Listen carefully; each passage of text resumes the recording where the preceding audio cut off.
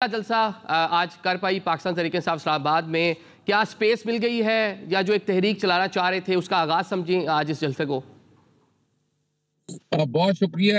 Space دیکھیں، space تو زور بازو سے ملتی ہے، یہ کوئی آسان نہیں ہے، لیکن پاکستانی تاریخ لکھی جا رہی ہے، پوری دنیا میں مذاق اڑ چکا ہوا ہے۔ اس پہ بین الاقوامی آپ نے ہیومن رائٹ آرگنائزیشن کے حالات اور واقعات دیکھ لیے، اور یہ اس سے پہلے 107 NOC جو ہیں جو پورے پاکستان کے اندر ڈینائی کیے گئے، اسلام آباد کے اندر 6 ڈینائی کیے گئے، اور پرسن اسپیسیفک لا آپ نے خود دیکھ لیا ہے پیسفل پروٹیسٹ کے حوالے سے دوسری ہوتے رہے۔ عمران خان صاحب نے تو ایک کو اجازت دی، راستے میں آنے دی، کہیں کسی کو روکا نہیں ہے، فیسیلیٹیٹ کیا۔ ہم نے بتا دیں، ہم نے کسی طرح کے لانگ مارچ پہ روکا، فیسیلیٹیٹ کیا، لیکن یہ پہلی دفعہ جو یہ روایت رکھی ہے یہ کوئی اچھی روایت نہیں ہے۔ اس نے ثابت کر دیا ہے کہ جمہوری قوتیں جو ہے نا وہ نہیں چاہتی کہ اپنی سپیس پیدا کریں، اپنی حالات بنائیں، وہ آج بھی کسی کا دم چھلا بننا چاہتی ہیں اور ان کے ساتھ چلنا چاہتی ہیں۔ عدالتوں نے ہمیں کوئی اجازت اگر دی ہے تو کوئی احسان نہیں کیا۔ تاریخی طور پر میں اتنے فیصلے نے کس کے جلسے کے لیے کہا تھا کہ کرسیاں نہ دی جائیں؟ اگر آپ تاریخ دہرا رہے ہیں تو یہ بھی بتا دیں عمران خان صاحب اور اس کی جماعت نے کب کہا تھا اور کس کے جلسے کے لیے کہا تھا کہ کرسیاں نہ دی جائیں، کرسیاں اٹھا لی جائیں؟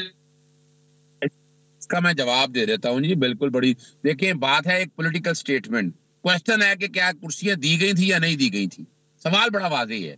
پولیٹیکل سٹیٹمنٹ کو پولیٹیکل سٹیٹمنٹ کی طرح دیکھا جائے تو کوئی حرج نہیں ہے۔ پریکٹیکل آ کر بتائیں کہ NOC اس طرح کینسل کرنا، اس طرح قانون سازی کرنا۔ میں بتا دیتا ہوں، میں نے سارا معاملہ پہلے ٹیک اپ کیا ریڈ زون ایکٹ پنجاب کے حوالے سے، جو اس وقت کا ایک بل ہے، وہ آج تک تو بنا نہیں سکے کہ جہاں میں ریگولیٹ کرنے کی بات، اور ریگولیٹ کرنا ہے تو یہ ریگولیٹ کرنا نہیں ہے، یہ تو ڈریکونین لا ہے، اس کو میں چیلنج کر رہا ہوں۔ اور یہ جس پارلیمنٹ کی بات ہو رہی ہے، کون سی پارلیمنٹ؟ آزاد اور خود مختار ہے۔ میں ابھی آپ کو ایک میں 25 قانون ایسے بتا سکتا ہوں کہ جو جہاں کہاں بنے ہیں، ابھی لے لیں آپ۔ آئین کہتا ہے کہ 90 دن کے اندر الیکشن ہونے تھے، کیا 90 دن کے اندر الیکشن ہو گئے؟ لیکن اس سے پہلے میں ایک بات آپ کے سامنے رکھتا چلوں، تاریخ ساز جلسہ ہے، لاکھوں کی تعداد میں آگے ہیں، کنٹینر لگا، آپ آنکھوں نے دیکھ لیا ہے، کیمرے کی آنکھ نے سارا کچھ ریکارڈ پہ محفوظ کر لیا ہے۔ پوری قوم کو میں مبارکباد دیتا ہوں کہ اب دبانا جو ہے مشکل ہے۔ آج سے نئے پاکستان کا آغاز ہو چکا ہے۔ اب جو ہے نا ایک تو عمران خان کو جیل میں رکھنا ٹھیک ہے، آپ یہ کہہ رہے ہیں پاکستان تحریک انصاف کے اچھے دن آگے ہیں، ہواؤں کا رخ جو ہے بدل رہا ہے، آپ یہ کہہ رہے ہیں رانا صاحب یہ سب ایک جلسہ ہے کہ پاکستان تحریک انصاف آئندہ جو تحریک چلانے کے لیے کوشش کر رہی تھی، ہو پائیں گے معاملات بہتر ان کے لیے؟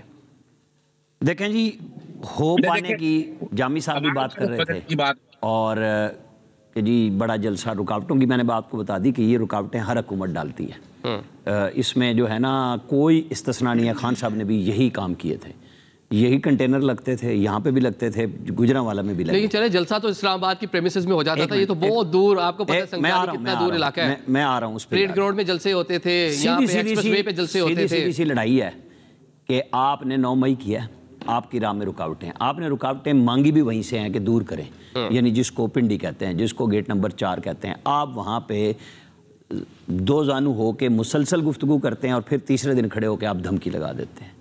کبھی وہ یزید وقت بن جاتے ہیں، کبھی وہ پاکستان کا سپہ سالار بن جاتا ہے، اور کبھی کہتا ہے کہ آرمی چیف کی وجہ سے میرے اوپر پابندی ہے۔ مجھے اور آپ کو چھپا ہوا کیوں ہے؟ ہم اور آپ اس طرح کی گفتگو کیوں کرتے ہیں کہ ہم سچ چھوڑ دیں؟ لڑائی اسٹیبلشمنٹ سے لڑ رہے ہیں نا، تو پھر بھگت بھی رہے ہیں۔ یہ کون سے حکمرانوں سے بات کر رہے ہیں؟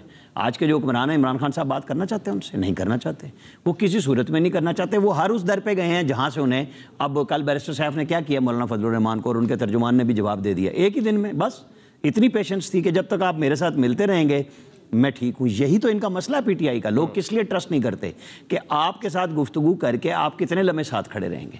آپ گئے ہیں نا، مولانا فضل الرحمان تو نہیں آئے آپ کے پاس، تو ایک وقت ہوتا ہے آپ کو تھوڑی پیشنس کا مظاہرہ کرنا چاہیے۔ آپ کے ساتھ گفتگو، کیا اسد کیسر نے آ کے کہہ دیا کہ ہماری کٹی ہو گئی ہے، ختم ہو گئی ہے گفتگو؟ نہیں کی نا۔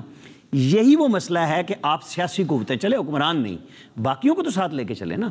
جب آپ جلسہ کینسل کرتے ہیں تو محمود اچکزئی نے پچھلی دفعہ گلہ کیا تھا نا کہ مجھ سے تو بات ہی نہیں کی، تو پھر بھی آپ نے انہی کا میسج سنا جس کو گنڈا پور صاحب کہتے ہیں کہ جی وہ اسٹیبلشمنٹ تھی اور میں بتاؤں گا کہ مجھے کیا کیا کہا گیا۔